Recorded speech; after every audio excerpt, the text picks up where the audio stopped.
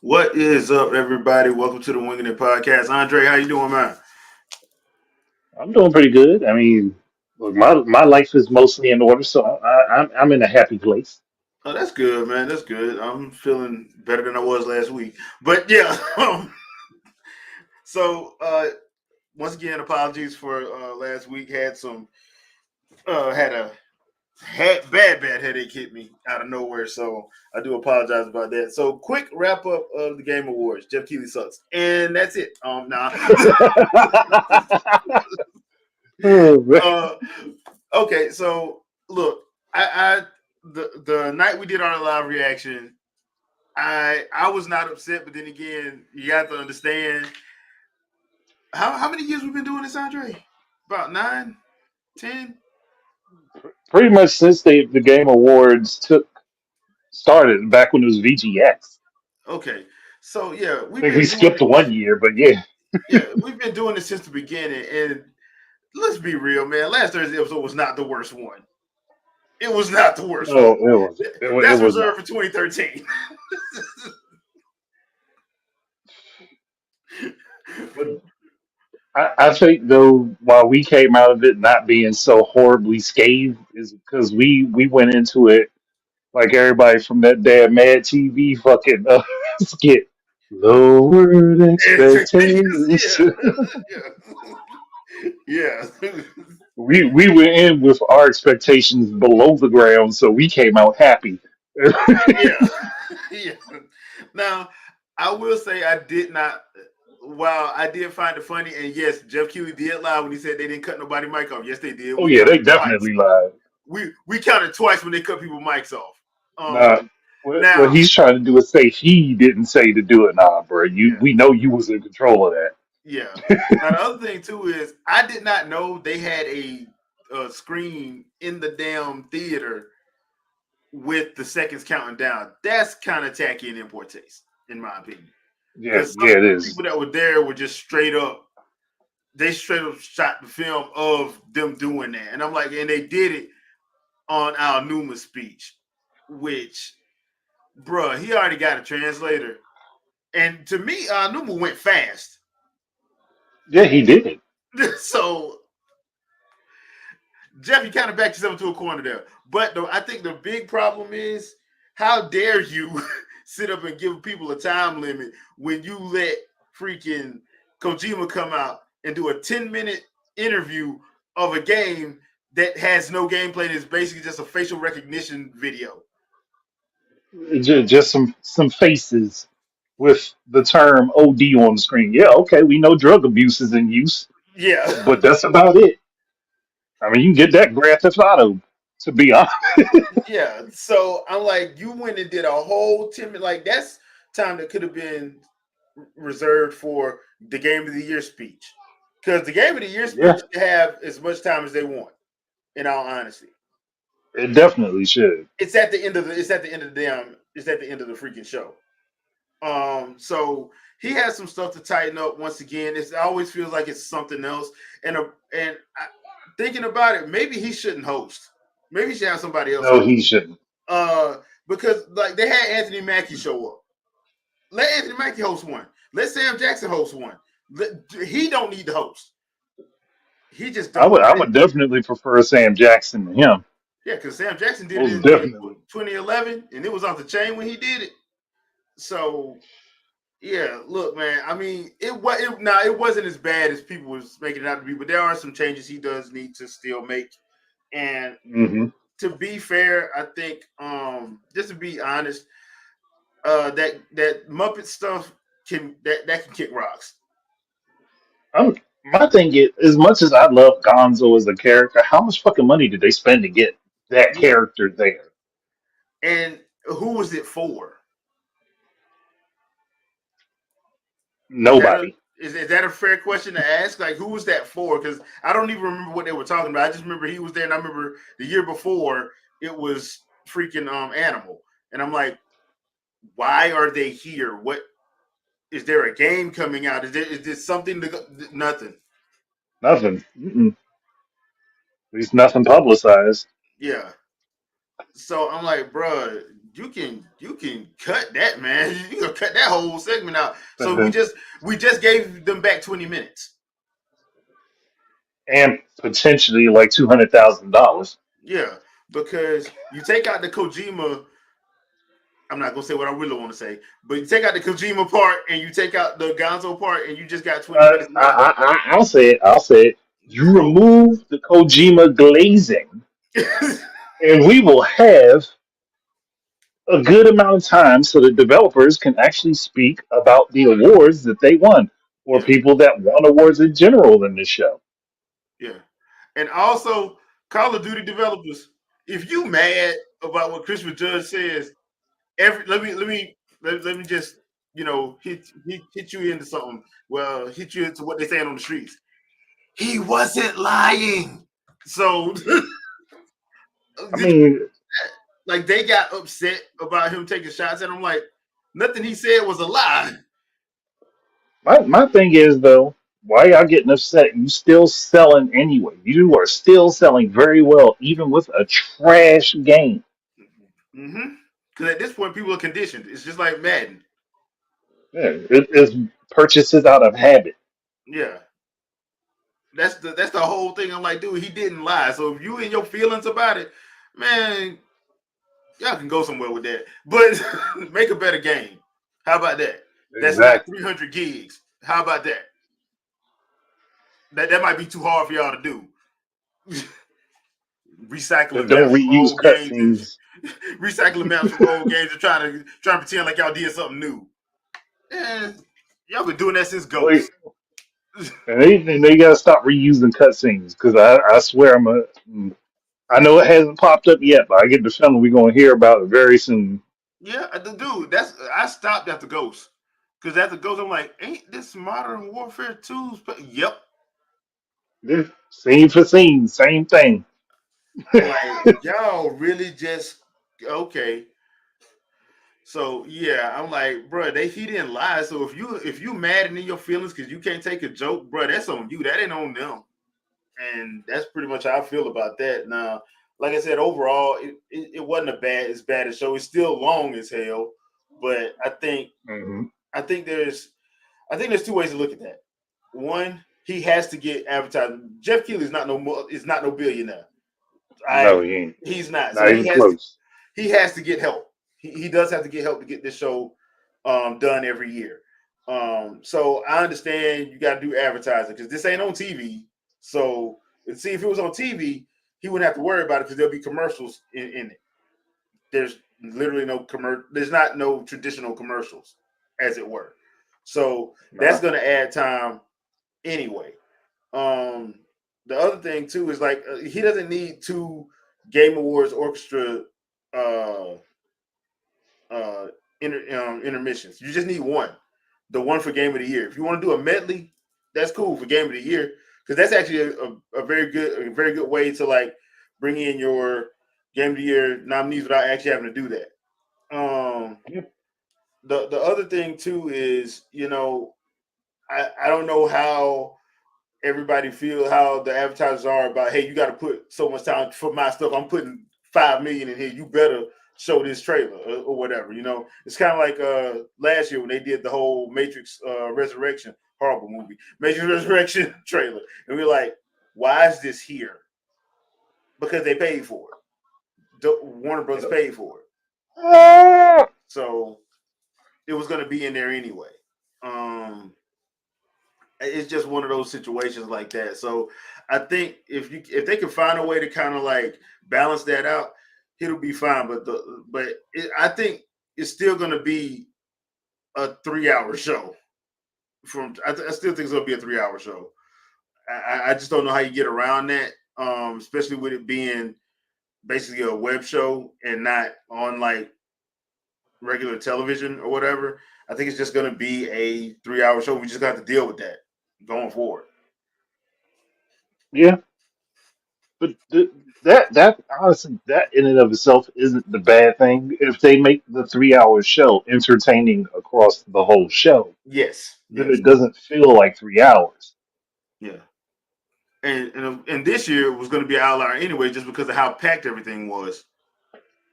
I Yeah, don't think people realize how many games came out this year. I really don't think people understand that. Like there were there was a metric ton of games that came out this year. So th- there was a lot. There was a lot. So and maybe cut the esports stuff because does anybody? I'm not trying to be funny. If you are into esports, hey, more power to you. But is that really as popular as that is? They trying to make it be? I mean, it is depending on who you are. Like it really depends on what your interest in gaming is. Mm-hmm. But at that point, it's a niche of a niche. Yeah, because gaming in So it's itself is still niche, even though it is getting more popular. It is still niche. yeah, it, it's it's one of those things. I know over time it's going to get bigger, Mm-hmm. and I don't mind them doing the esports awards, but do the esports awards doing the pre-show because not as many people care about that. Yeah, and because we don't never see them at the thing, they just do it, but it does take time. So I'm like, yeah. And for the love of God, man, if y'all cameraman, don't zoom in on Sydney when you know ain't nobody in the seats behind her. Like, please don't. Please don't. Like, those people might have just got up to go use the bathroom, but it looks so horrible. Yeah, because there was like what it was like 6 or 7 rows that was straight up empty, and they kept zooming in on her, and I'm like, stop doing that. Or use a different angle where you see Yeah, the backdrop of the arena behind her and not the people. yeah, or do it when her back is to the stage.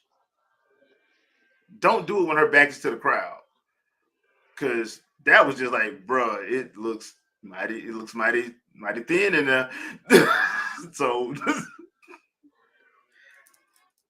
maybe not It do was that. there was definitely a lot of space, and like, and I could forgive it for potentially being that it was part of the pre-show, and maybe not everybody got in their seats yet, but just Just be aware, I change guess. camera angles, Yeah, just change camera angles. or I just be mean, look, wary y'all of did a where you're good at. job. They did a good job not showing the damn timing prompt.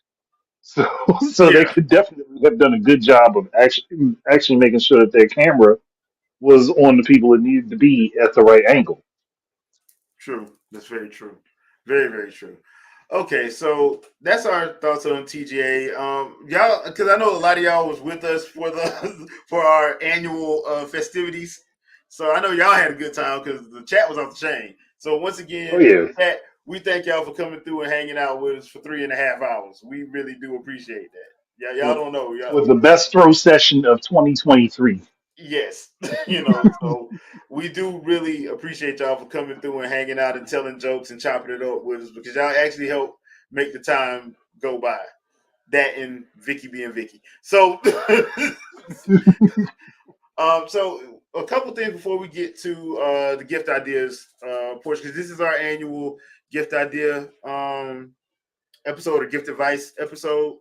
Uh, it's one of those things that actually upset me earlier this week, and I usually don't leave comments on websites just because I don't feel like having to deal with people.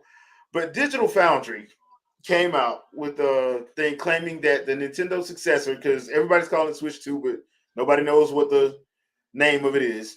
And I'm not calling it that until Nintendo actually calls it what it is. I'm just going to say successor.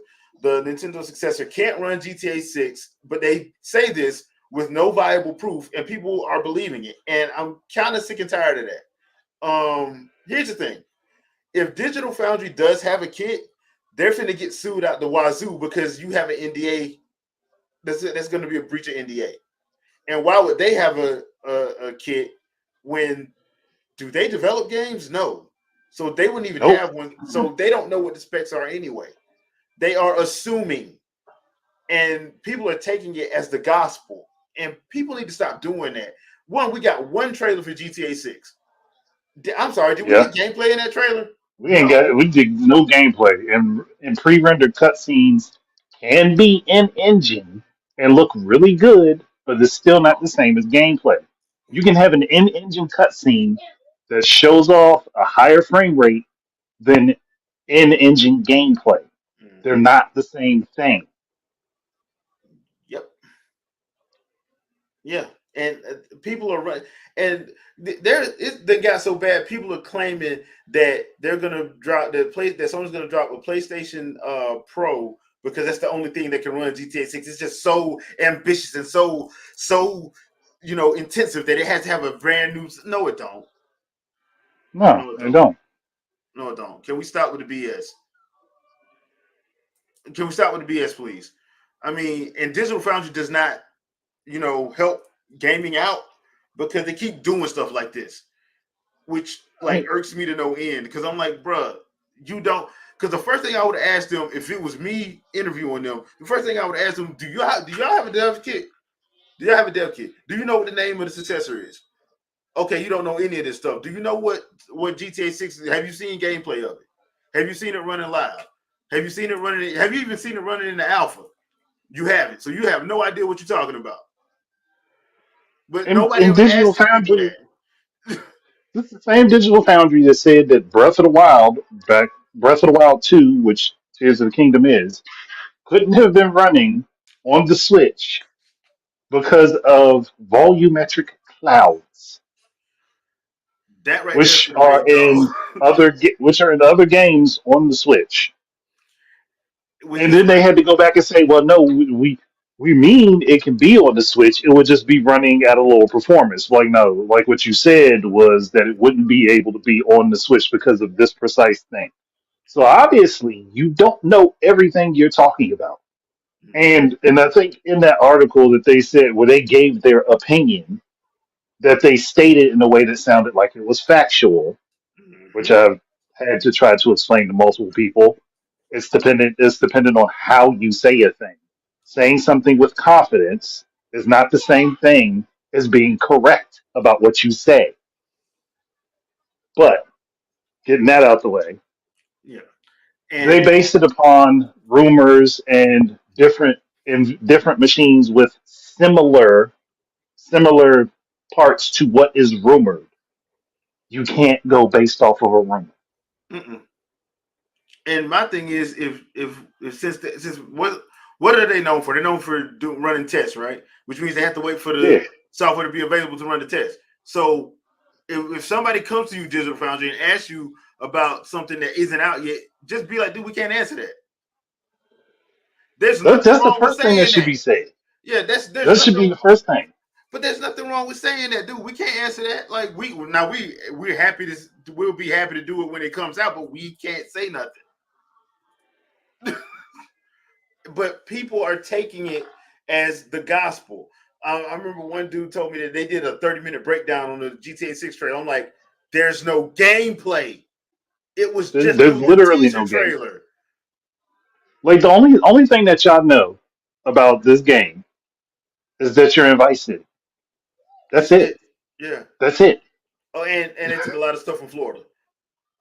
Well, I mean, Um, Vice City is supposed to be Miami, and Miami is in Florida, so well, no, but you know it what I makes mean with the sense. whole you know what I mean with the whole like Yeah, how yeah. Oh, yeah. Florida They been the they last 10 years. definitely Florida man was live and present in that Yeah. GTA trailer.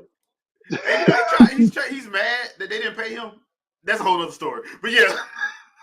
Oh no, that's a dude taking that name, but Florida man is a concept.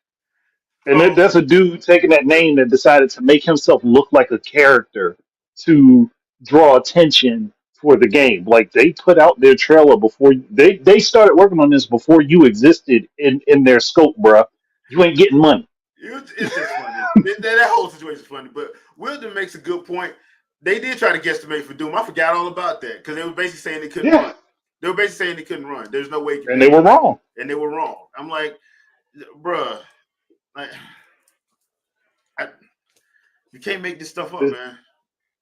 And this is why I've said it multiple times over, and people don't get me when I talk about the fact that I've been studying how code works. I've been studying how code works, so I can say more on these things. You worry about frames per second. Anybody that knows what a frame per second is? That's a cycle, a run cycle. Every frame is a run cycle. If you're worried about run cycles in a game, then you obviously do not understand what a game is. From Mm-hmm. somebody who has no idea what coding is. So pull Facts. yourselves back and chill out. Yeah, but my bad. As a tech enthusiast, Look, I'm slowly sliding into that direction because I've been correcting too many people that were tech enthusiasts when I wasn't. look, man, I find that um not to be, just bashing, but I just find it funny that you got like a lot of people like me. I work in IT. Me and Shadow actually work in IT, so we be like, I let him handle it because I just don't feel like talking about it. That's my day job. I don't, I don't feel like talking about it when I'm here. Well, I ain't bringing work home. Fuck y'all. Yeah, like, dude, I'm not.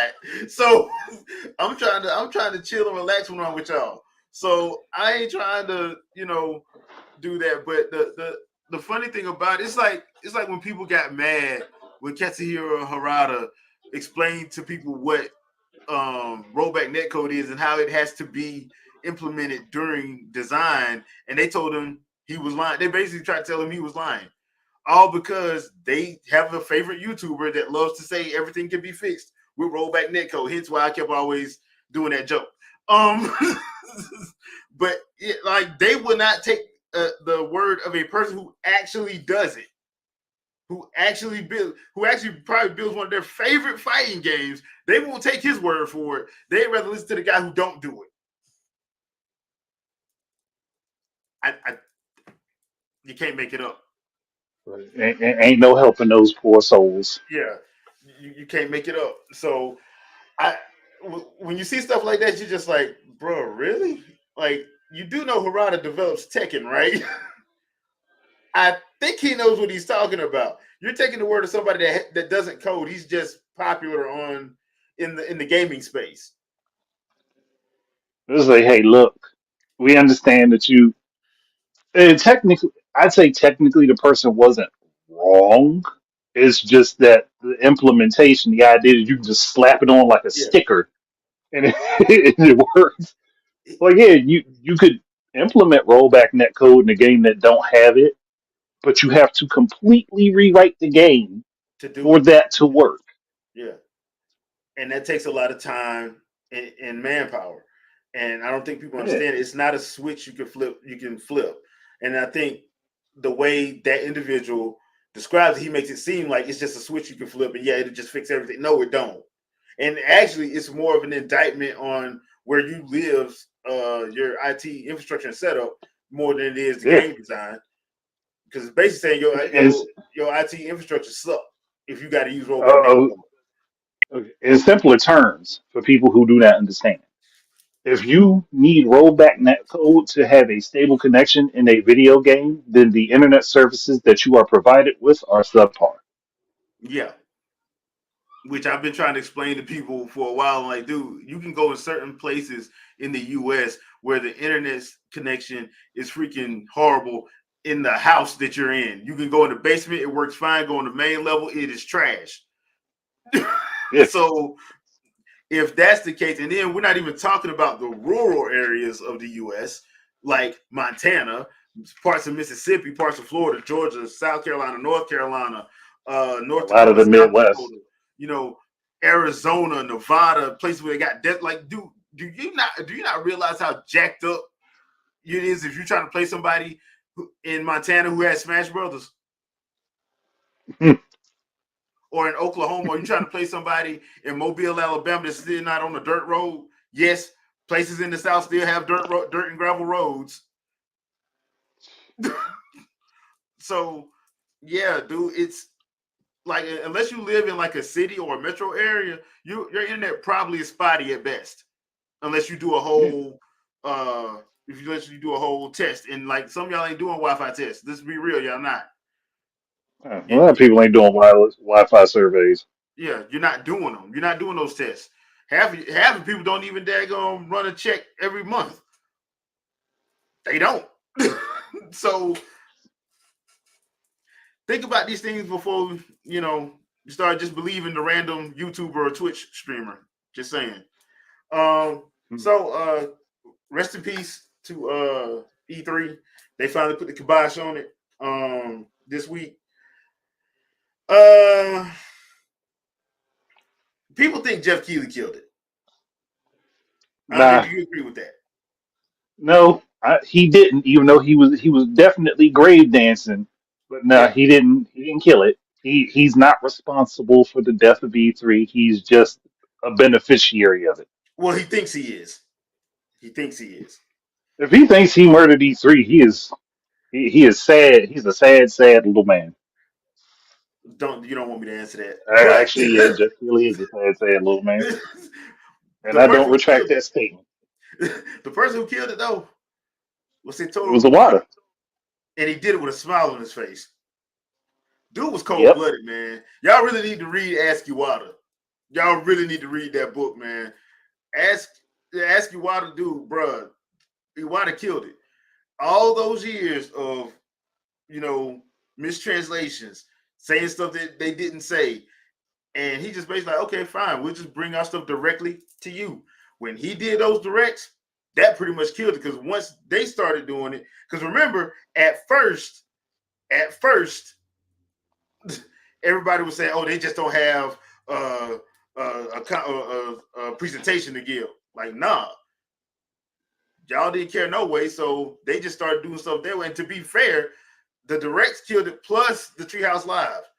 Because Treehouse Live, not only did you get a 40 to 45 minute direct showing games, but more people was tuning in to Treehouse Live because guess what they were doing? They was actually sitting down with the developer showing you gameplay of games while doing the Yep. interview. Nobody else was doing that. Not at first, no. Mm-mm. So, all right, and that was what 2014? No, 2013. Yep. First year was 2013 because Yeah, 2014 was 2013 was first year. Yeah, 2014 was my favorite when they teamed up with Robot Chicken to do that one for the direct presentation with the Robot Chicken one, which was Yeah, hilarious. that was one of the funniest ones. They need to do another one, but But here's another thing: if Nintendo was really scared of being up against other companies at E3, they just proved that theory when they went with Breath of the Wild as the only thing they showed in 2016. and the funny thing about that whole situation was they people were asking to just put one game. If you just show one game, we'd be fine. Just show Breath of the Wild. So they did that. People got mad that they did I mean, they got mad when they it. heard the announcement, but afterwards, I didn't hear anybody chirping about that. Nope. But it was just I funny. ain't hear anybody chirping. It was funny because at the time, that's all people was talking about. We just want to see Breath of the Wild. Okay, all right, fine. That's all we're gonna bring. Yep. That's all y'all gonna bring. What about this? What about that? Like y'all said, y'all only want to see one game. We're bringing you one game. Yeah, Exodia, you are correct that 2014 was the first digital event, but Yeah, they started the directs before that. yeah. The directs started like 2013 because remember this is all in response to how they did the all that backlash that Wii U got. Yeah, it was toward the tail end of 2013, like right before Christmas, if I remember right. Yeah, because that's when because everybody was laughing like, why is he want to say we bring it directly to you? Why is he doing that? And then everybody started doing it Yeah, because people clowned on it, but at first it eventually worked. I don't want to say the first two they clowned him, but by I would probably say probably around that when they started getting on a regular schedule with him, a regular schedule because it got to a point where they were dropping at least one direct every quarter. Like so, Q1 they'd have at least one main direct. You might have got two if it was a game specific direct. Like I remember when they did one, they had one direct and then they had one 2 weeks later for Bayonetta 2 because it was game specific. And Yeah. I remember how they were doing that when it was at the height of it. But I know Hmm. the first few were like it was you could tell they were testing it out. But I want to say it was the 20 it had to be the end of 2013 like you said the first I think the first one No, was before then. no. Gwen corrected me. It was 2011. It was Yeah, but October 2011.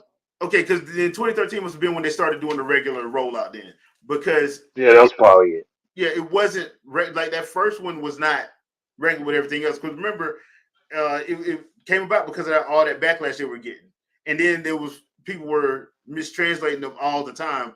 And once again, got to go back to IGN. IGN was notorious for doing it, and it got to a point where I'm thinking IGN was doing it on purpose. To be Yeah, fair, they were doing it, and then a lot of other people were taking their reports and then spreading it, so a lot of misinformation happened. yeah. So yeah, and then like from 2014, from I say from 2013 on, it became a regular thing. And then Sony and Microsoft started looking like, wait a minute, they saving money. Now Microsoft had their own theater, so I'm like, y'all can really do what y'all want. Y'all actually own a theater in downtown LA. So Yeah, y'all ain't got to do everything else. But Sony started looking like, dude, they saving money. Because I remember that year. Remember that year they had the Ghost of Tsushima, that whole setup, and yeah, come to find out that cost like a lot of money. I'm like, why did y'all do that? Y'all ain't have to do all that. They had like the flutists out there. They had the whole LED screens and all that. I'm like, bro, y'all, that setup probably took a while to do. And then on top of that, I know y'all had to pay everybody coming out there for doing that. and barely anybody went. Yeah, so I'm like, you sitting up here, you wasting money. So I mean, yeah, I feel bad for E3, but people acting like it's the end of the world. It's not the end of the world, dude. Because there's other trade shows. I mean, that's it. There's other trade shows. Yeah, E3's probably the bigger one for us for the US. But hell, PAX is Yeah, 4 times a year because they got PAX East, PAX West, PAX South, and they do have one for no, they don't call it North, but it's like PAX East and West, and then South, and they still do those. They still do yeah, uh they still do stuff at C2E2, the Chicago Con. They still do stuff at New York Comic Con. So it's not and San Diego Comic Con. So it's not like you're not gonna see stuff. And we yeah. all know of Jeff Keighley's Summer of Games Fest. Yeah, Yeah. that one. But it's not like there's not gonna be anything during that time frame. Hell, this year they did Paris Games during that time frame. So the Paris Game Show was like what the second or third week of June, I think this year. So it's not like there's not going to be anything there. It's just yeah, E3's. I'm not. I'm going to be sad, but I'm like it's the writing was on the wall. If you've been paying attention throughout the years, the writing was on the wall years ago. So it's unfortunate, but it's just one of those things. They couldn't find a way to adapt to a situation. So and that's a lot of money you're losing. You got to get As I your said, return on investment. their biggest problem was trying to force it to be California every year. That was one of the biggest problems, and Because California's expensive.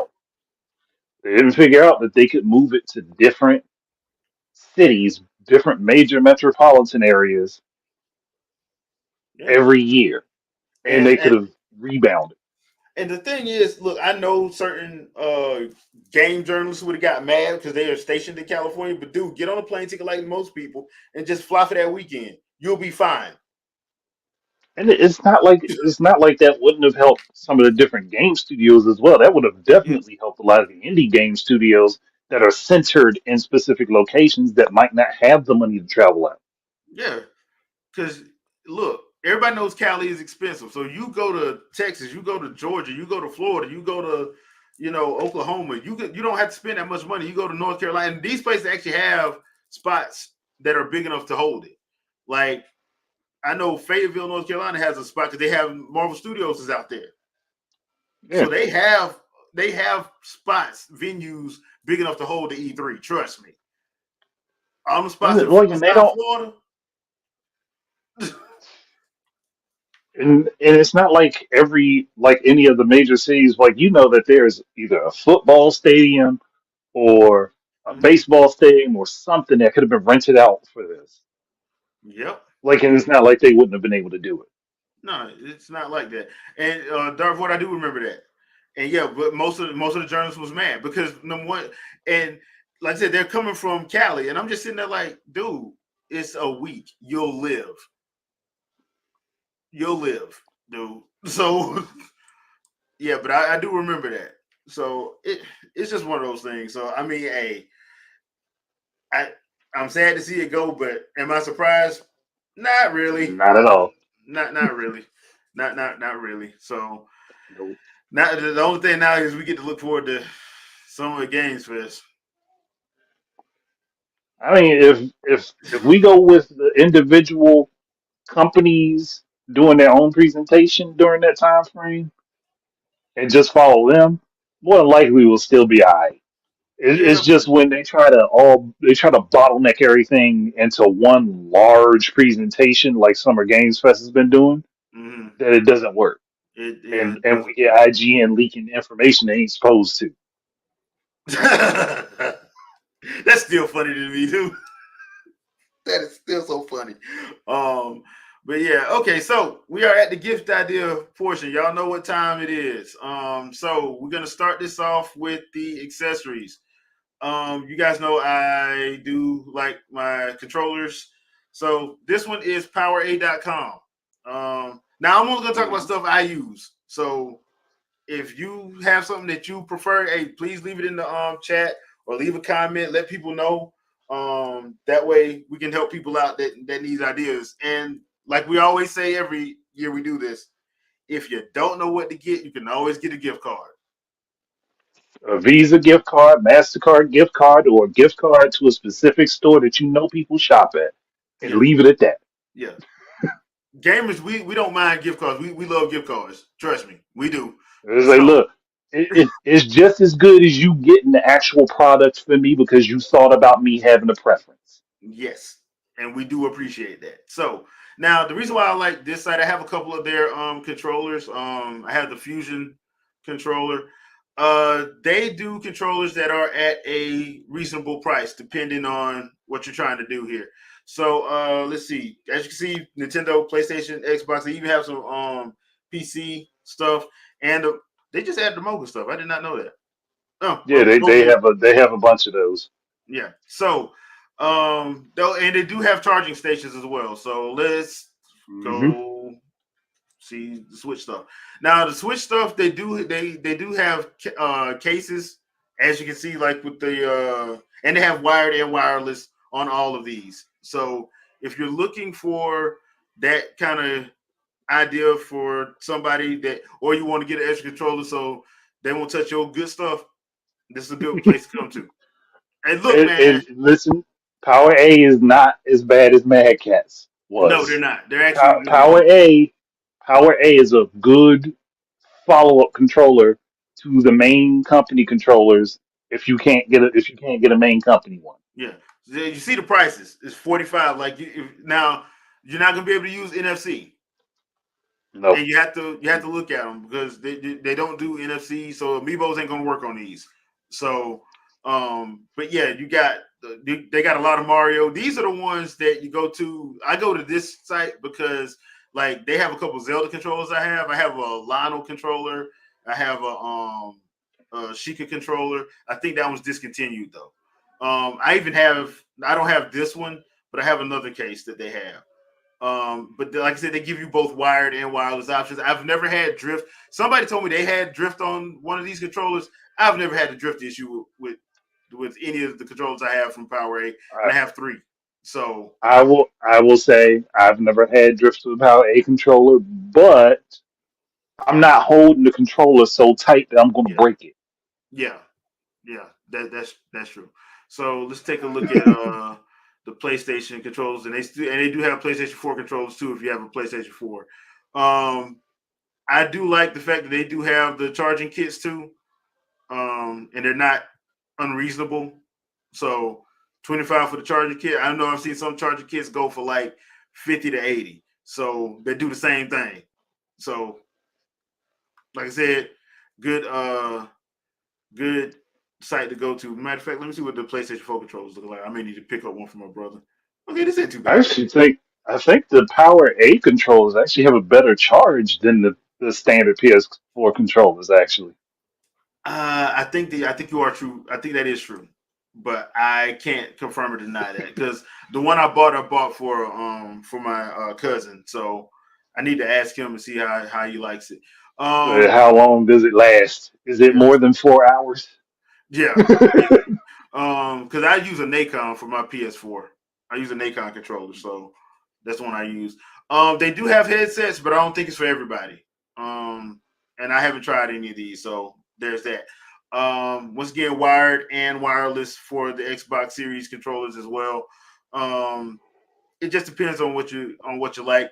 Now they do have some controllers that do the whole LED strips and lighting and all that stuff. So you may want to, if you're into that, you may want to look into that as well. They do have customer reviews on them too. So just And if you're looking for something in the realm of the accessories, I would go with Power A for one of them, and there is another one. Let me bring that page up. oh, and Um, also all of the Power A, at least the wired ones, do double as PC controllers. Okay, cool. I did not know that. Now this is the one, and I have a 8-bit. I have two 8-bit though controllers. Oh yeah, Well, I have four.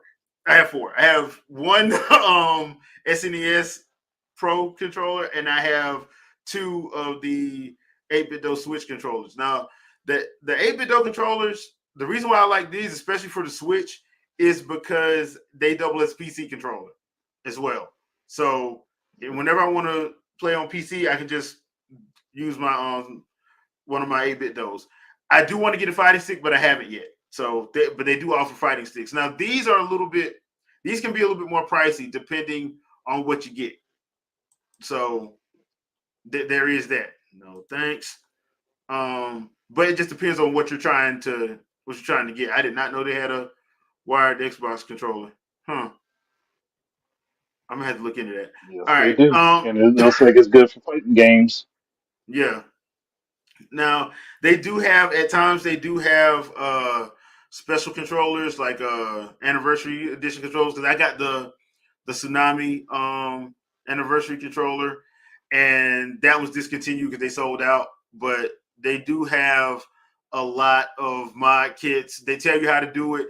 The thing I do like about this 8-bit controller, if you're on the Switch, you can't customize your controller. You do it via the app that they have. But on the Switch, you can actually use both that and the mapping that's on the Switch. It works on both. On Power A, it doesn't. The Power A controllers, when you do the mapping for those controllers, it doesn't work with the Switch. These, however, do. So that's one reason why I would pick the 8-bit though controllers over the Power A's, but these are a little bit more pricey though. Yeah, Let me see if I can show you the price. Yeah, that's not the real price. That ain't the price. Where's the go back home? I did already shop. Okay. Because they're not $29. They're like 60 or 70, I think. And yeah, I actually have this one. Yeah, they're 79. They're 79. Now they do have Rumble, and they like I said, they are uh fully customizable via their app. So if you like to play around with stuff like that, hey, by all means, have at it. I only like y'all know I don't like clickable sticks, so that's the first thing I take out. I take out clickable sticks, and they have paddles under the bottom, so I move stuff around like that. Other than that, I like the variety they have. I like the I like that you can actually use them between both PC and whatever console you have. Now you do have to pick between Xbox and Switch. I don't think they have one for Sony at this point. I don't think. But Yeah, I haven't seen anything for theirs, Sony. yeah, but Microsoft and Nintendo they have, and both, and usually when you buy one of these controllers, they do double as a controller you can use for your PC. So just so you know, if you're into, if you're looking into that, and what I mean by, they are fully customizable. They are so customizable you can do it with the doggone sticks too, because they was having me playing around with the sticks, the triggers, everything.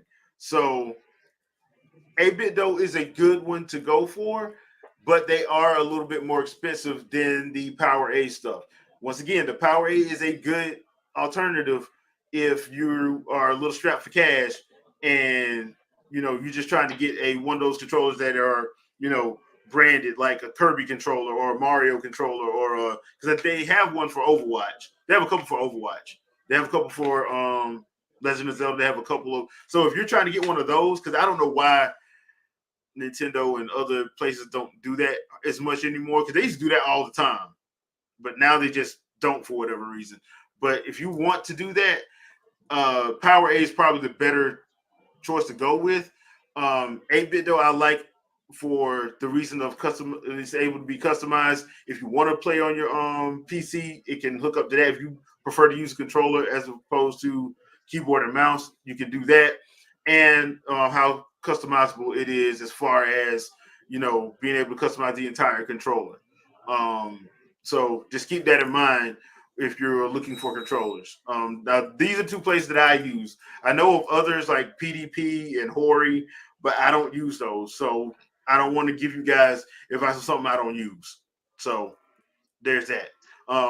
You can always look at reviews of things. I know Amazon does a lot of reviews on Hori and PDP and even 8-bit though as well. So if you're trying to find some reviews, you can go to Amazon. I know they have some, and I think they have some on their respective sites. But just so you know, any ones that you want to bring up, Andre? Nah, I think you covered the best ones. So I mean, it's not a whole lot to be covered. Now, I will say this though, on Amazon, especially if you're looking for, like, if you have, say you're playing on the Switch and you have Nintendo Switch Online expansion pack, and you want to play like N64 or say Genesis, there are some third party controllers. They're not major brands, but they are decently rated that have those controller setups. And there's one that works with both your Switch, your 60, that'll work with your Switch, an actual 64, and a PC because it has the different dongles. So just in case you're looking for that and you can't get the official one, because I know a lot of people couldn't get them through Nintendo because they go out every now and again. So just keep that in mind. And I'm glad you brought it up because I forgot to bring that up too. Um, Check Nintendo site regularly because the N64 controller has been there. It has. I know a lot of people were looking for it. I was able to snag another one so I can get it to my brother, but I only have one. So the Genesis controller, I love that thing. The SNES controller, I like it, but the problem is I noticed my hands are too big, so that's why I had to go to the 8-bit though SN30 controller because that's a little bit that fits my hand a little bit better. Um, the SNES and the NES controllers are a little bit too small for me now, just because these ain't little. So, but the Sega Genesis and the N64 controller they fit wonderfully, and it looks like they're in stock on the N64 controller if you're looking for an authentic one. So, and they do ship pretty quick. So that's another Yeah. thing to keep in mind. They do ship pretty quick. So if you're trying to get them in now, if you're probably trying to do it, if I were you and you want to get an N64 controller or a Genesis or SNES and NES controller, I'd probably try to do it before Wednesday of next week. Yeah, because you're gonna be blocked. Yeah, I would try to do that before then. But yeah, if you're looking for and you may get lucky because I have seen the NES controller in like Target. I haven't seen any other ones like Genesis or anything like that. I have seen them in like Target, and somebody told me there was a few SNES controllers that was in Walmart. I don't know why they're not everywhere, but I had to go to the Nintendo site to get the Genesis controller and the N64 controller and the SNES controller. So I don't know. You might want to check your wherever you living at. You know, Yeah, be a good look at idea. that. All right, let's talk about games. So what games? We'll do it like this. Let's go by company. So, uh, 5 games apiece. Yeah, I think that should be good. Okay, so Nintendo's first up. So I'm only gonna talk about games I played. So Metroid Prime Remastered is very good if you're into action FPS and Samus just killing and destroying everything. And if you haven't played it before, it's a very good game. A lot of replay value. There's a lot of stuff to find. The bosses are challenging, but not frustratingly challenging. Like you're gonna lose a couple times, but it's not like you can't beat them. Hmm. I'll put it like that. The other one. Now this one, I know people ain't probably gonna like me for saying this one, but I found it charming. That's Bayonetta Origins, Cereza and the Lost Demon.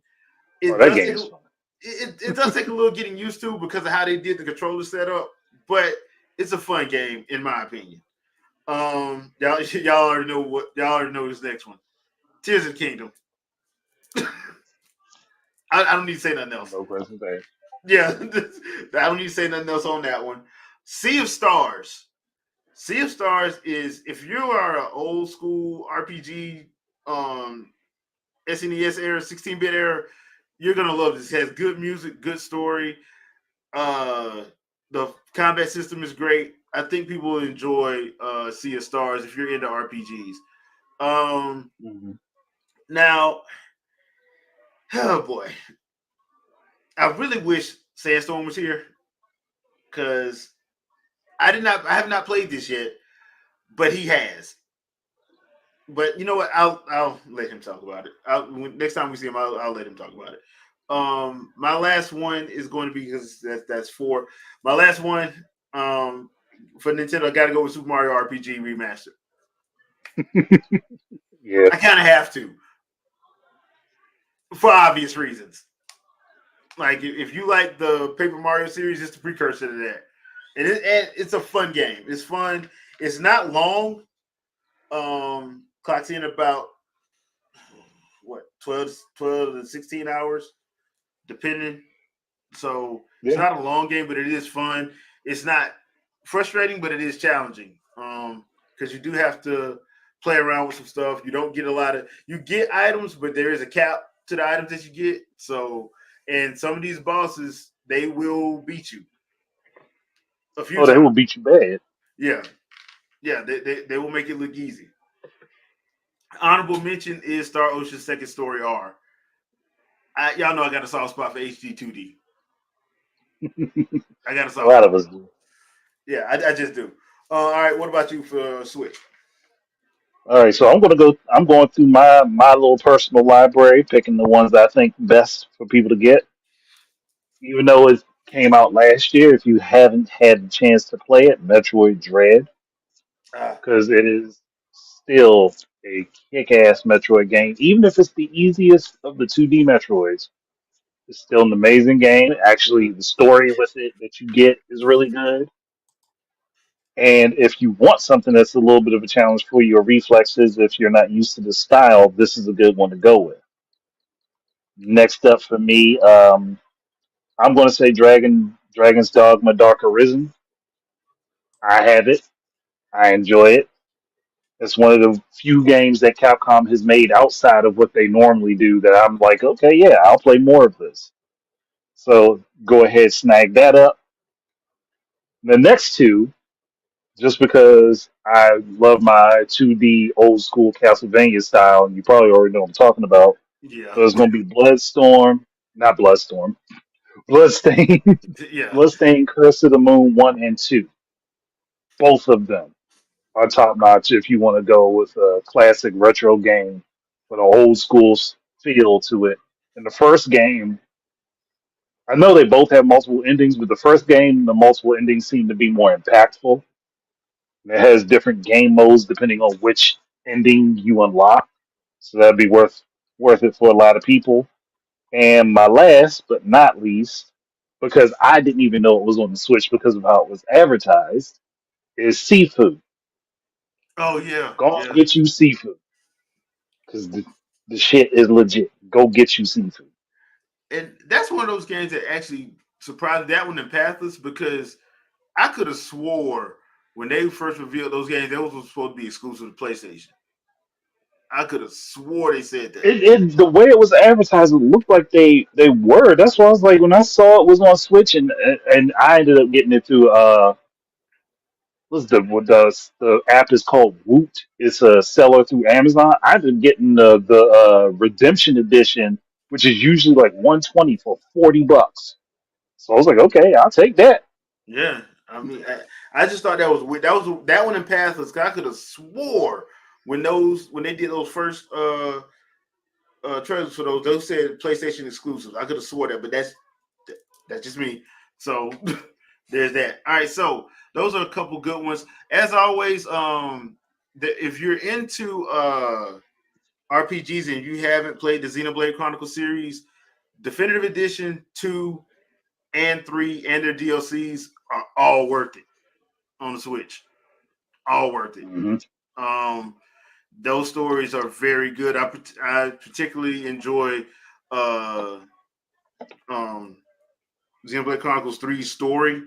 I think they talk about grief and how people deal with death very well in that game. So there is that. So let's move on to Sony. Now, Sony, I've played a couple games, so I don't really have five, but I do have a couple. And Sea of Stars is on that console. Well, a lot of these RPGs are shared between the Switch and the PlayStation brand. The reason why I go with Switch for my RPGs is because I like being. It's easier to carry a Switch than it is to carry a PlayStation 4 Pro or PS5 around. I'm just gonna be I honest. mean, look, you can always go ahead and get you a PlayStation Portal. You can carry that around. I'm not gonna get into that. Please direct all hate mail to at GITVGINU. But okay, so these are the PlayStation games that I think people should take a look at. Octopath Traveler 2 is also available on Switch, but Octopath Traveler 2, very fun. It's a little bit more accessible than the first one was. The first one was straight up unforgiving. Like Mm. they didn't care about your feelings. Go grind. This was a little bit. This was a little. It's a little bit more forgiving than the first one was, and plus, I think the stories make more sense, and it's a more cohesive story between the eight. The problem with the first one was they kept talking about these eight journeys, but they never felt like it was an overarching story. There's an overarching story to Octopath Traveler 2. RE4 remake, yeah, dude. Even though, even though I do prefer the Wii control, this is actually very fun. RE4 is very fun. Jedi Survivor, that's another good one that I think people would enjoy. If you're into the Star Wars universe and stuff. Now, this last game I want to recommend is Legend of Heroes Trails into Reverie. The entire Legend of Heroes is saga is on the PlayStation. So 1, 2, 3, 4, and Trails into Reverie is all there. If you Okay. like overarching stories and world building, the Trails of Cold Steel, Legend of Heroes Trails of Cold Steel is worth the money. Now, each of those games are 100 plus hours. It's a lot of story in those games. So you're going to be playing those for a while. So if you are a parent and you only trying to get 1 or 2 games, that's going to keep people busy for a while. I'm just not even gonna lie to you. That's gonna keep them busy because it's a lot. And the characters are all enjoyable, and the gameplay, even though like the gameplay is turn based combat for the RPG, but it's fun. It's fast. It's not slow. I think people will can enjoy that one. Hmm. Other than that, yeah, and Star Ocean Second Story R is on that system as well. So I would go with those. Now, those are the ones I played. So I know a lot of people played Final Fantasy 16 and stuff like that. I didn't play that, and I didn't play Spider Man 2 because I just had way too many other games. So y'all have to forgive me for that. But those are my recommendations. Andre, what about you? Now, I will give the caveat that I haven't played any of these specifically because I don't own a current PlayStation. Not not that I haven't talked to people about games that they play and people that I know I can trust about stuff. Um, First one's Hogwarts Legacy because there's extra content in that version that is nowhere else. Yeah, So if there's any reason to get it on a platform, that would be the first one to go ahead and snatch up.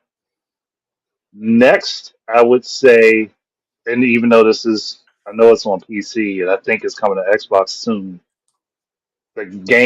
the cat game Stray. I say go ahead, pick it up. I've heard great things from family members as well as other people I've talked to about it. It's a really good game, interesting plot and story if you actually pay attention to it. And if not, I mean, you get to be a cat fucking with shit. So go ahead and enjoy yourself.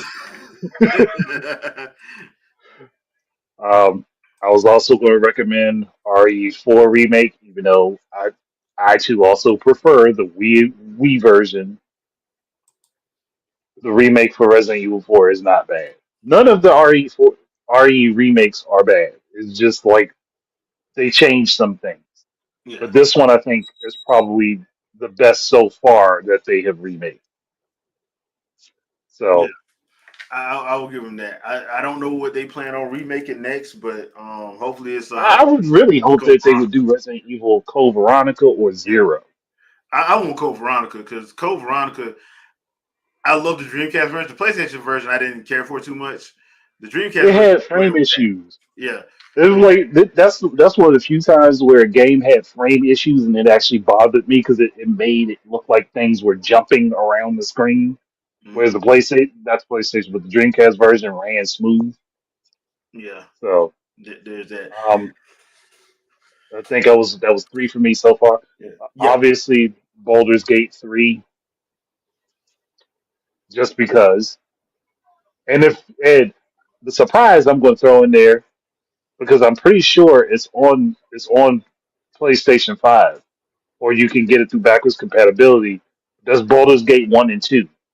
If you I going think to it's get 3, get compatibility. the other two. Yeah, I Yeah, think it's I'm pretty sure you can. compatibility. Yeah, yeah. So So yeah, if you going to do 3, get the other two, get the full immersion of the world, and do them a solid and show them that people are still interested in the older game. Shit, they might get remakes in the style of Baldur's Gate 3. You don't know. yeah, you never know. Remaking games, remaking and remastering is popular nowadays. So you never know. Definitely is. Yeah. All right, ready to move on to Microsoft? Oh yeah, this one's easy. Okay, so yeah, so I'm gonna go on and preface this with I'm gonna be honest with you guys. I've been playing a lot of older Microsoft games, so uh not a lot of new stuff that I played for this year, but I do want to give some shout outs to some games that are older but play well on on the system and you can still purchase them. So the first one I'm gonna get, Hi-Fi Rush is that game. Yes, Hi-Fi Rush is him. Yeah, So yeah, that one. Jedi Survivor is also there as well. I enjoy Street Fighter Six. I know it's going to probably be blasphemous to say, but I enjoy Street Fighter Six on the Xbox more than I did on the PlayStation. So I'm sorry, but I did.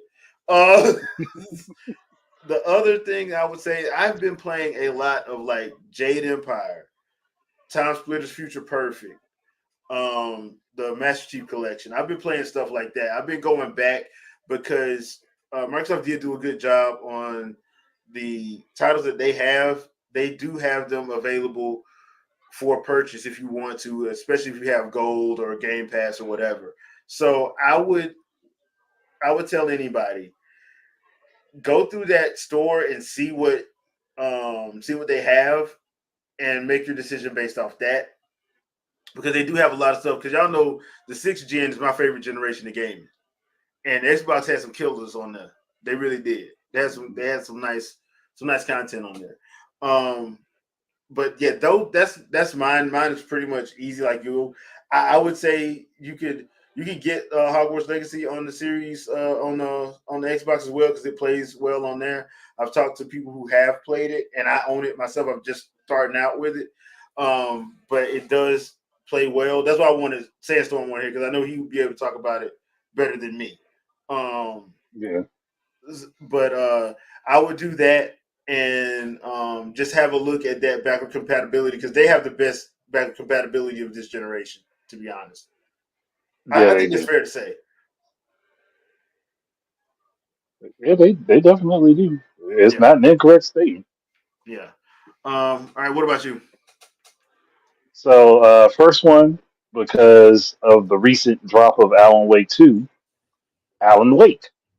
Ah, okay, nice. Get the first game, and actually on Xbox right now, it's on sale for $5. So, if you want to play that game, go ahead and pick it up. I know that the DLC is on there; you can buy it. I don't think that the DLC costs that much, but you can get it for pretty cheap. Um, After that, I'd say go ahead and pick up. Shoot, what was it I was playing? Oh, Condemned, another old game, but it's on there. You can play it. The first one at least. I wish the second one was on there. That we can have both of them. But the first one was pretty good. Now it's not as many people got to play that or have had a chance to really get into it, especially from the stuff I've seen, people I've talked to about different games. Um, Also, Doom, which is currently on sale. I think this is the old Doom. Let me take a quick look at this. Oh no, no, no! This is not the old one. This is the more recent one. Okay, because That's on sale. I know they did the one that they just released on Switch too is on Xbox as well. The one with all the updates and whatever from like the Yeah, 64 and that's on there too. So yeah, that's on there. But I'm talking about the Doom Before Eternal. okay. That one's on sale for $4. Oh, nice. $4, and that is amazing game. So I would, if you want Xbox and you have not had it, pick it up. Also, Cuphead for those who miss old school Contra. I think Cuphead is on there for on sale for like 20 right now because my nephew wanted it, so I had to get him that one. And last but not least, Red Dead Redemption, the first one, because it gets upscaled and everything for Xbox One and the series consoles. And it's also pretty cheap if you haven't played it. Oh, cool. Um, Trinell, thank you for saying that. The No matter how you feel about Game Pass, to me, it is a if you have the time, it is a good investment. I will say that, and the reason why I say that is because when I was using it, I you can get mad at me for saying it, but I was using it as a rental service because But I that's was the best testing way out. to think of I it. was testing out the games because we don't get demos for a lot of these games. So if you a third party, there's been games that I've played on Game Pass and bought on Switch and PlayStation just because they fit better there, in my opinion. But I tried them Yeah. out on Game Pass. Game Pass was a way for me to try them out. Um, I know people have their feelings about that, but that's that's a them problem. Um, to be fair. So Uh, yeah, uh, that is always a good. That's a good gift idea as well. Because they do sell the Game Pass things too yeah, they do. at stores. So if that's another gift idea along with the, you know, like I said, if you can't think of nothing, gift card. If you can't think of Oh, nothing, a quick so honorable mention. A quick honorable mention for Xbox. If you know somebody who likes comedy, they have a Lego Games bundle oh yeah, for $10 right now on Xbox. If you know somebody who loves comedy, you need to get that for them. the If they're a Lego gamer that loves comedy. the Lego games, they be going at the boy, especially Star Wars. When you would think they hate Star Wars the way they be going to Star Wars, especially the fans. Jeez. Like all of the ones I have played so far, like the Lego Indiana Jones, Lego Villains, or Lego DC Villains, all they all have a lot of comedy in them, Yeah, and the shit is funny. as hell. Like so, Yeah. don't sleep on them, and Trinella, they're actually really good games. yeah, especially the what is it, Lego City Undercover? Yeah. The references, just the references.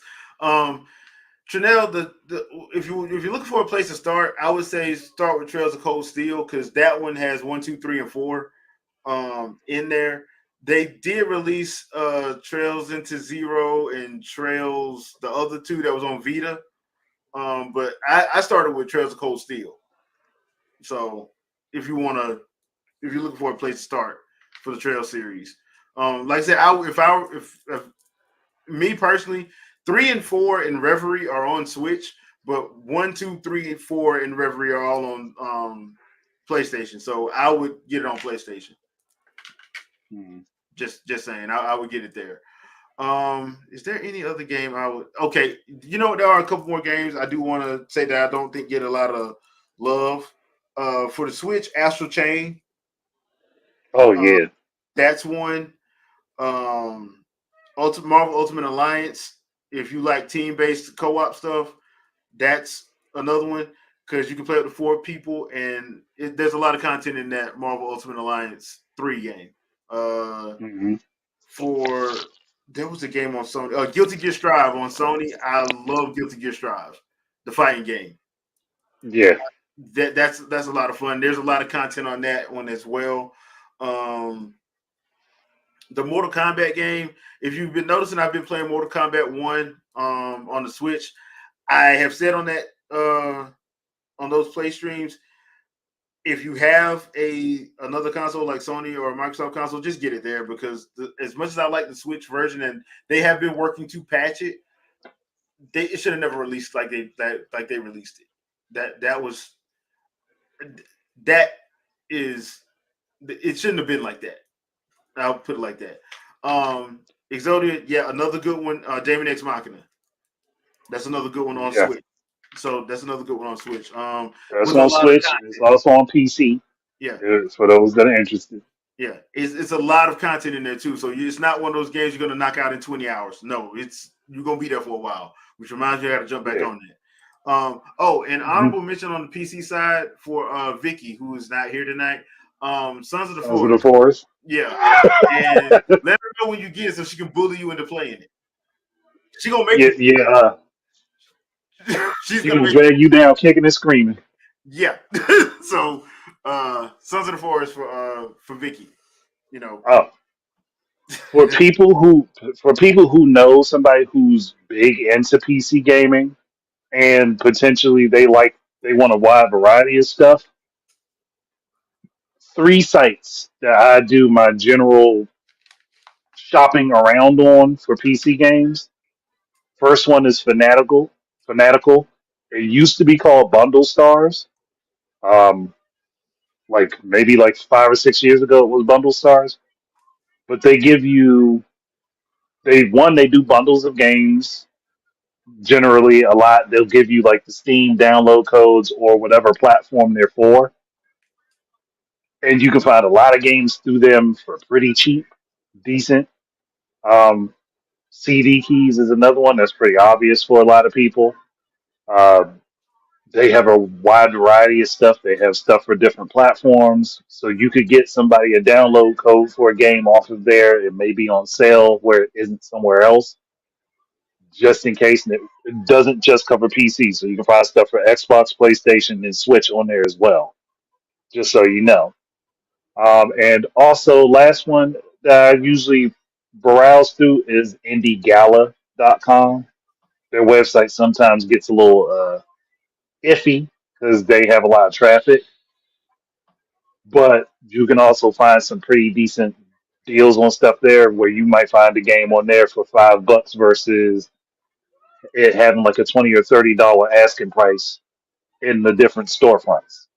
So if you're on PC or you know somebody who's on PC, and you might be able to find games there that they don't have that they might be interested in if you know the style of game they play. And they're good also for getting a lot of the indie games. So just keep that in mind. Okay, cool. J2 Blue, thank you for bringing that up. I'm not big into the visual novel stuff, but there are a lot of visual novels on both Sony and Nintendo platforms. So if you're into Yep. those, they have a very wide selection of them. So that's another thing that you guys can look out for. I think that takes care of the main stuff for tonight. Thank you everybody for joining us. This is our last podcast episode of the year. So next week is Christmas, and the week after that is New Year's. So you guys get 2 weekends of not having to deal with us, and Two we'll be weekends back. of missing us. Yeah, that too. And but yeah, we'll be back on January 7th. So you'll have we'll be off for 2 weeks. Hope you guys enjoy your Christmas, your holidays. If you celebrate, enjoy your holidays. We'll see you guys back with our annual year in review on January 7th. So Oh, one other thing, because it's our homeboy Sandstorm's birthday today. yeah, If you do not follow him, go subscribe. Go yes, subscribe to that channel. please, Get that man please, some please, love. please. Yeah. And if you see him on Twitter, what is it, at Sandstorm? Just tell him Yeah. happy birthday. Just tell him a quick happy birthday. Yeah. And we'll see you guys. We won't have anything you know, official for the next 2 weeks, but I may just do some sporadic live streaming here and there. Because I'm not gonna be able to go home for Christmas, so I may just live stream next Sunday. So we'll probably we'll see about that. Depends on how I'm feeling. But yeah, we're off for the next 2 weeks. We will see you guys back on January 7th in a new year, hopefully with the gaming won't Hopefully with good news. Good hopefully news. with good news and hopefully with better wallets because our checking accounts were all screaming this year because all them games came out at the same time. So space them out. Space them out this year, please. But Mhm. yeah, we'll be looking forward to seeing you guys in the new year. So you guys have fun. Once again, as always, thank you for hanging out with us this year. We really appreciate all the love and support you guys give us, and we will see you guys in 2024. Peace out, people. Peace out for the last time this year.